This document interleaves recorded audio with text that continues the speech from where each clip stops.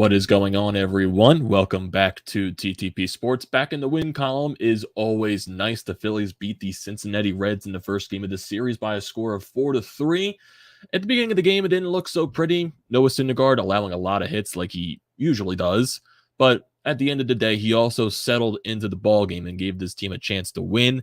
Runners in scoring position is still a major issue in the past couple of games so far. The Phillies had a lot of chances with runners in scoring position, and a lot of the times they didn't come up with the big hits, even though today it was Emundo Soso that was coming up with the big hits today. He had 3 RBIs on the night. Who would have guessed that? And then also he played some spectacular defense over there at third base, as Alec Bohm was the DH for today. Kyle Schwarber once again not in the lineup, and which most likely I was expecting. Maybe they're going to be doing just, taking the cautious route with this calf injury for Kyle Schwarber and let him ease into it and maybe not force him to start in this Red series and get him ready for the 4-game series upcoming this weekend with the Mets. So I probably don't expect Kyle Schwarber to play or start in this series unless it's just, a pitch hit situation or something like that. But overall, you got the win. The bullpen was solid. Seranthony Dominguez and David Robertson were electric, which was very nice to see. The Reds, they don't take pitches. They don't take pitches at all. They're not a good team, obviously. Joey Votto in this game made 5 outs, and he only saw 4 pitches. So that basically sums up the entire night for the Reds. Noah Syndergaard pitched a solid 7 innings after the first 2, allowed a lot of hits, but then really settled in, finished with 6 strikeouts. He only had 77 pitches on the night. He went into the 8th inning, allowed the home run to the leadoff hitter in that 8th inning, then eventually Rob Thompson made the right move to go after David Robertson to get him into the ballgame to finish off the contest. So, yeah. Basically, I would say still the biggest issue right now concerning this game, I still thought Noah Syndergaard was the least of the Phillies' worries in this game. It's still the offense. They're still, looks like they're gripping the bat a little too tightly. Maybe they're trying too hard to get those runs home. Every time I see a chance with runners in scoring position, they did have that situation with 2 outs in the 3rd inning, and they were able to get those runs home.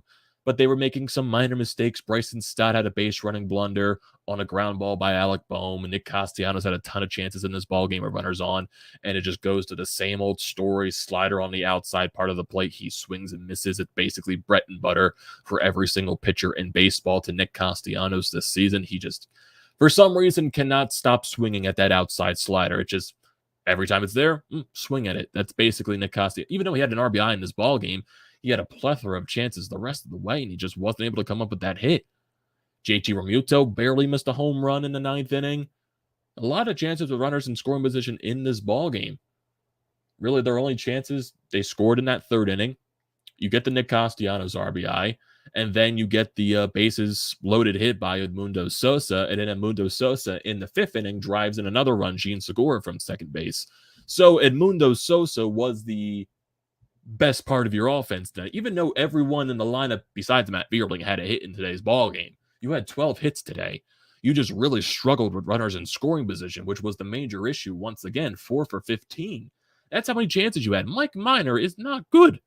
So many pitches that are balls. He could not throw the changeup whatsoever. It just looked like they were gripping the bat a little too tightly. They were trying to force hits. And when you're going up against a bad pitcher in Mike Minor, they were fooling themselves some of the times.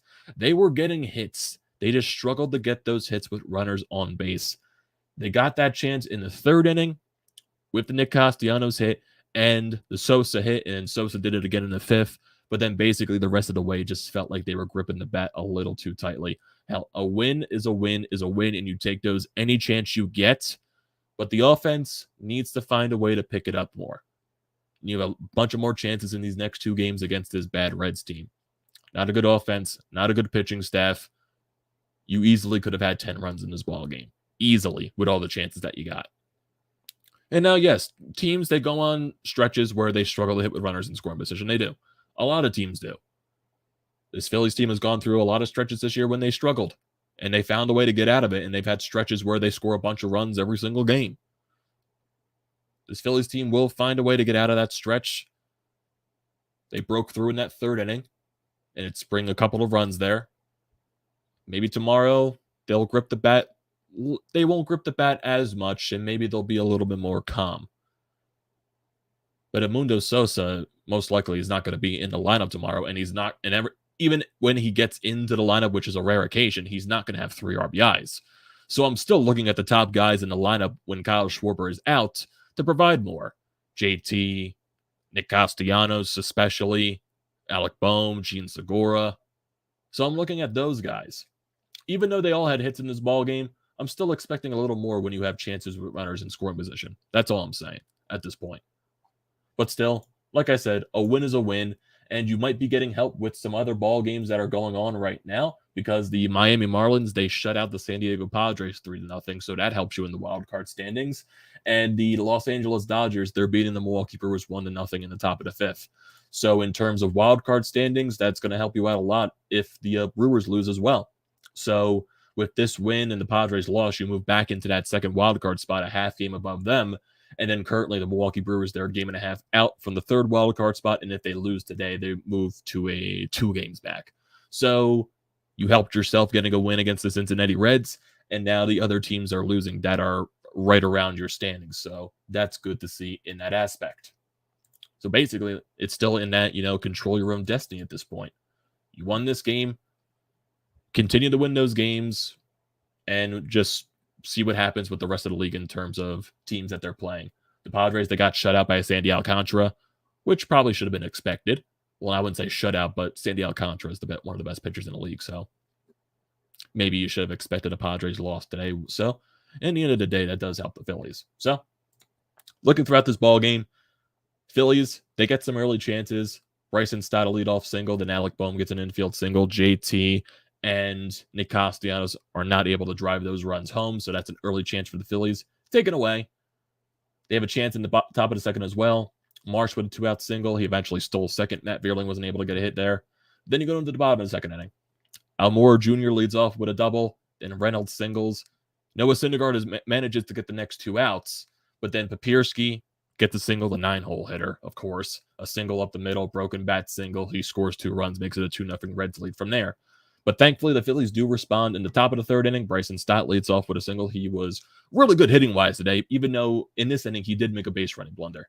He steals second base during the Rhys Hoskins at bat. Then Alec Boehm, once again on a hard ground ball. Bryson Stott misreads it, and he gets thrown out at third base. Alec Boehm safe at first. Then JT Realmuto singles, first and second for Nick Castellanos, and then Nick Castellanos gets an RBI single, and then he scores JT, makes it a 2-1 ball game. Castellanos steals second during Jean Segura's at bat. Jean Segura works a walk, and then Emundo Sosa gets a broken bat single to left, makes it a 3-2 ball game. So you respond and you get the lead there. Then at the top of the 5th, Jean Segura with a 2-out double, and then Sosa with a 2-out double. Scores a run, makes it 4-2. That's basically all the runs that are left for the Phillies in this game. They had chances basically throughout. Top of the 6th inning, Bryson Stott gets another single. Rhys Hoskins gets a walk. JT gets a walk to load the bases up, and then Nick Castellanos strikes out once again on the slider on the outside part of the plate. Nothing going in there in the 7th. Nothing in the 8th, surprisingly. Then you get that home run by Fraley in the bottom of the 8th inning off of Syndergaard. He comes out of the ball game. In comes David Robertson. He gets the job done in that situation. JT Realmuto barely misses a home run in the top of the 9th. Of course, it hits that one section of the wall where it's like one section is higher and one section is lower. So, of course, it hits the higher section of the wall and stays in the ballpark. So that's a double. He steals third base during Nick Castellanos at bat, but basically, death taxes. Nick Castellanos swings and misses at a slider on the outside part of the plate for a strikeout. And then Jean Segura, with not the best at bat in the world, he strikes out on the slider that hangs right over the middle of the plate during a 3-2 count. So you don't get the insurance run. But Sir Anthony Dominguez doesn't care about it. He gets a very, very easy 1-2-3 inning because the Cincinnati Reds do not like to take pitches. Like I said, Noah Syndergaard, I thought overall, beginning of the game, got roughed up a bit. And that's been a key. That's been a pattern for Syndergaard in his first 3 appearances. First 2 innings, gets roughed up. Then he settles in, which you would like him to be better at the beginning of the game. So he didn't really overly impress me. It's just once again in that situation like he did with the Marlins game. He settled into the ball game, basically. 7 innings pitched, 8 hits allowed, 3 earned runs, 6 strikeouts, and a home run allowed on only 77 pitches. So that just shows the you that the Reds were not being patient at the plate today. Like I said, Joey Votto, he only saw 5 pitches, and he saw 4 pitches in this game, and he got 5 outs. So Joey Votto swung at the first pitch in every at-bat that he had in this ball game. David Robertson came in after Noah Syndergaard allowed that home run in the 8th, went the full inning, allowed 1 hit, struck out 1 on 10 pitches. Serafi Dominguez only needed 8 pitches and got a strikeout in the bottom of the 9th inning to get the save. And overall, your pitching was still very, very, very solid. Rest of the lineup, Bryson Stott had a good day in the leadoff spot, 3 for 5. Rhys Hoskins goes 1 for 4 with a walk. Alec Bohm 1 for 5. JT goes 2 for 4 with a run scored. Nick Castellanos 1 for 5 with an RBI and 2 strikeouts. He had a ton of chances with runners in scoring position today. He went 1 for 4 in those situations. Gene Segura 1 for 4. Edmundo Sosa, great day at the plate, 2 for 4 with 3 RBIs. Brandon Marsh 1 for 4. And Matt Vierling 0 for 4. Looking at your runners in scoring position chances, Sosa had 2 chances. He went 2 for 2. Gene Segura went 0 for 1. Brandon Marsh 0 for 2. Matt Vierling 0 for 1. JT Realmuto 0 for 1. Alec Bohm 1 for 3, even though that wasn't an RBI. He just got a hit that happened to have a runner in scoring position. Nick Castellanos 1 for 4, and Rhys Hoskins 0 for 1. A lot of chances. And you went 4 for 15 in those chances. It's not good enough. It is not good enough. You're in a slump right here with runners in scoring position. We've seen this throughout the year, and we've seen them get out of it. Is tomorrow going to be the day to get out of it? It looked like they were pressing a little too much in those first couple of innings, and then they finally broke through in the third. They still had way too many chances. They could have easily scored 10-plus runs in this game with how many chances they got. I would have loved to see a 10-plus run ball game. So, yeah, it's got to be way better. Got to be way better. It's Nick Castellanos. Basically, every chance he gets with the runners in scoring position, like I said, death taxes. He swings at a pitch on the outside part of the plate, specifically a slider. Every pitcher in the league knows that by now because he swings at it constantly. I don't know what to say. It's getting frustrating at that point. But it's not even at the point that it's frustrating. You're just expecting it to happen. You're like, okay, 0-2 count. Here comes an outside slider. Okay, 1-2 count, outside slider. 3-2 count, outside slider. Swing and miss, swing and miss, swing and miss. There you go. Hell, he'll probably strike out on a first pitch of a bat somehow because that's how many times he swings at a pitch on the outside part of the plate. I know that didn't make sense, but that's basically how Nick Castellanos has been going this season. Hasn't been pretty. Has not been pretty at all. My God. But you got the win, and at the end of the day, that's all that matters. And you move up into that second wildcard spot after the Padres lost today to the Miami Marlins. And you have a game tomorrow against the same Reds team, same time, and Kyle Gibson is going to be on the bump. Now let's see who the Phillies will be facing in tomorrow's game. They're going to be facing TJ Zook. He's 0-1, hasn't started many games this year. 0-1 with a 13.5 ERA. His only game this year, so I'm assuming he just got called up, was against the Mets. And he got destroyed. 4 innings, 6 earned runs allowed, a home run allowed, 2 walks, 4 strikeouts. So, yeah, guy that just got called up, crush him. I would love this offense to crush him. In his career, looking at basically, okay, this is his 2022. I'm assuming pitching. I don't know. Let me see this. I want to see his entire career just so I can see what he is. For his career, he was with the Blue Jays previously. Didn't play that many games for them. 5 games, 3 games, 5 games. So basically, he's a career minor leaguer at this point. In his major league career, he has a career ERA of 5.26. Guy can get hit. The guy can get crushed. I would need to see the offense break out tomorrow. Mightily. You break out tomorrow, you get a win, and that's another series win. That's what you got to do. You got to win the series tomorrow with Kyle Gibson on the bump. Kyle Gibson has been a lot better for you lately, and I want to see him continue to find ways to have good games. I do. Definitely want to see that out of Kyle Gibson. He definitely needs it. Even though the game against the Miami Marlins, he did get the loss technically, but the offense definitely wasn't the best for him in that game. They got shut out, and the defense wasn't good at all. So I'm expecting a bounce-back performance from Kyle Gibson, especially against the Reds. So then you get Wednesday afternoon at 12:35. It'll be Rangers Suarez against Nicoladolo. He is 3-4 with a 4.72 ERA. Not a good pitcher. Basically, that just summarizes the Reds. So you got to get a win tomorrow. Summarize that. Basically. Most likely for tomorrow's games, is this guy a righty on the mound tomorrow that they're facing? Is Zuka righty? Yes, he is a righty. So most likely I would expect Derek Hall to be back in the lineup tomorrow, DHing. That's basically what I would expect. Alec Boehm's most likely going to go back to third base. I don't expect Kyle Schwarber to be in the lineup. If he's DHing, I would be surprised, but most likely he would only be available in a pinch hit situation. I really think they're just trying to take precaution and just let that calf heal until it's fully rested until that Mets series coming up this weekend. Because you have these final 2 games against Cincinnati, and then you get the off day on Thursday before you play the Mets this weekend. I think that's what they're really banking on at this point. And there's also some news on Bryce Harper, too. He posted to his Instagram story that he's taking batting practice at Citizens Bank Park. So what it sounds like, he might, he's going to continue taking batting practice. Then he's going to continue, going to the fast pitching machine or something like that in the batting cages. And then eventually, when all that stuff goes very good, he's eventually going to go on a rehab assignment. They're not going to send him down to low A. They're basically Clearwater. They'll probably send him down to maybe Lakewood or something or the Jersey Shore team, whatever it is. They'll send him down for his rehab assignment to get his swing back in check. So Bryce Harper, honestly, I think also Dave Dombrowski had an interview with MLB Network today. They asked September 1st, could that be a possible date for Bryce Harper to return? And he said that's probably realistic.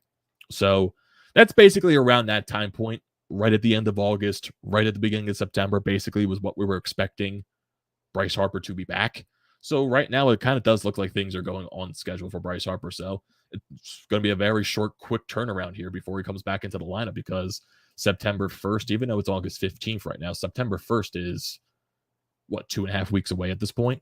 So it's going to be a very quick turnaround before you see Bryce back in the lineup. But you can't look that far ahead.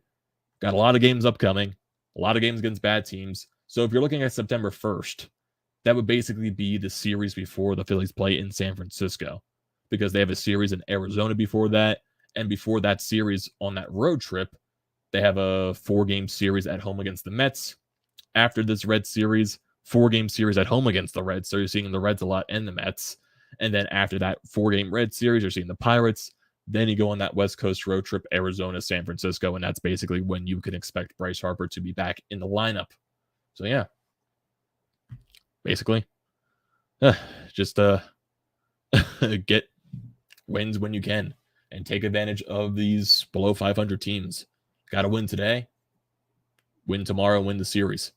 Then you'll have a chance to sweep on Wednesday, but basically you take it a day at a time, focus on tomorrow, and win the series tomorrow. That's all you got to do with Kyle Gibson on the bump. And I want to see the offense wake up more. This stretch right here with runners in scoring position, I want it to come to an end. I want to see more runs. I want to have fun watching it. Even though I still have had fun watching the Phillies games. Like, I'm not dreading watching Phillies games. I just want to, have some fun seeing some runs scored. And also, see some home runs. The Phillies have not hit a home run since last Tuesday. JT almost had that one tonight. Of course, the stupid wall dimensions screwed him over in that aspect.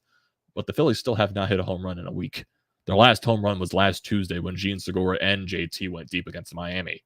So it's been a while. It's been a while since they went deep. I think they're due for it. I think they're due for a game where they hit a lot of home runs. And this ballpark in Cincinnati, Ricky Pitalico describes it as a wiffle ball park. Phillies make it a wiffle ball park tomorrow. Please. See some comments in the comment section right here. From Michael, it would be nice to rest Schwarber for the Mets series, but we need his bat in the lineup right now, although Bohm DH and Soso at third page huge tonight. Yeah, I really do think they're going to rest Schwarber just for the cautious aspect. They think they can get by Cincinnati without him. I do believe that too.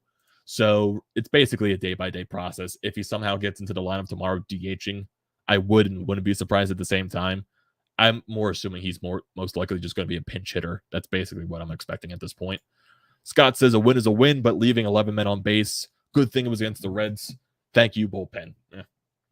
I don't know what to say anymore. They're getting men on, but this is bad. Yeah, this stretch with runners in scoring position has been dreadful. Like, I would let it slip because you played Max Scherzer and Noah and Jacob deGrom in a 2-game stretch. But over the stretch, it's kind of getting old.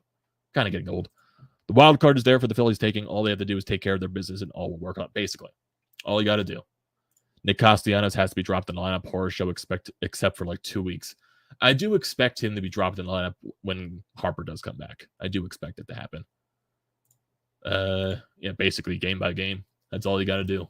Or actually, nice game. No, I completely butchered your entire quote, your entire comment there, Star Wars 99. I'm sorry. I read it as one game at a time, and I just, okay, no, yeah. Noah Syndergaard, I thought, had a solid game. Overall, he really settled in, basically. We talk about how bad Nick Castellanos is. Check the batting order other than dropping him in the order. What would the answer be? At this point, he's going to stay in that same spot until Harper comes back. Basically all what they're going to do at this point. You really can't make any major changes. How does Stott have more hits than Nick in a game against the 2022 Reds? I can't tell which contract is worse, Corbin or Rent. Corbin or... I think this Nick Castellanos thing, is he going to find a way to fix himself this year? At this point, with the way it's going, maybe not. Is he going to have those, hits from time to time? Maybe. But overall, I think maybe he doesn't fix himself next year. Does that mean he's not going to be good on the entire span of his contract? I don't think so. I think he's going to find a way to have a good career in a Phillies uniform. This year just happened to be not the first one to start off his contract. So I do think over the course of his career in the Phillies, I think he's going to have a good career here. I just think, I don't know what's going on with him this year. He's got to find a way to snap out of it. It's been way too long. But at this point, I got to see it in order to believe it at this point. I can't just say, oh, maybe this swing is going to help him, go on a stretch. Who knows? Can't be saying that anymore. It's basically a see it until I believe it at this point. And that's where we got to stand until something actually happens over a good stretch, and just hasn't happened. Like, he had that big home run against the Braves to give the Phillies to win that game. He had the home run against the Nationals, and basically nothing. Basically nothing. Yeah, he had an RBI today. But it's like he gets all these chances, and he just swings and misses at that outside slider. It's the same result every time. Same result. So, I think that is where I'm going to call it, everyone, for tonight. I appreciate everyone joining the live stream as always. So do not forget to leave a comment down in the comment section below. I like to read those as always. Do not forget to drop a like on the video. Do not forget to check out the Painted Lines, which I'm a part of. The links are down in the description below. Same thing with BrodesMedia. Check that out as well. I recommend it. I also recommend hitting that subscribe button. It goes a very long way. And using the code TTPSPORTS, $20 off your first purchase at SeatGeek. Use it for any upcoming Phillies game or any event you can think of. It is a great deal. Do not pass it up. Thank you, everyone, once again for joining the live stream, and I will see you next time.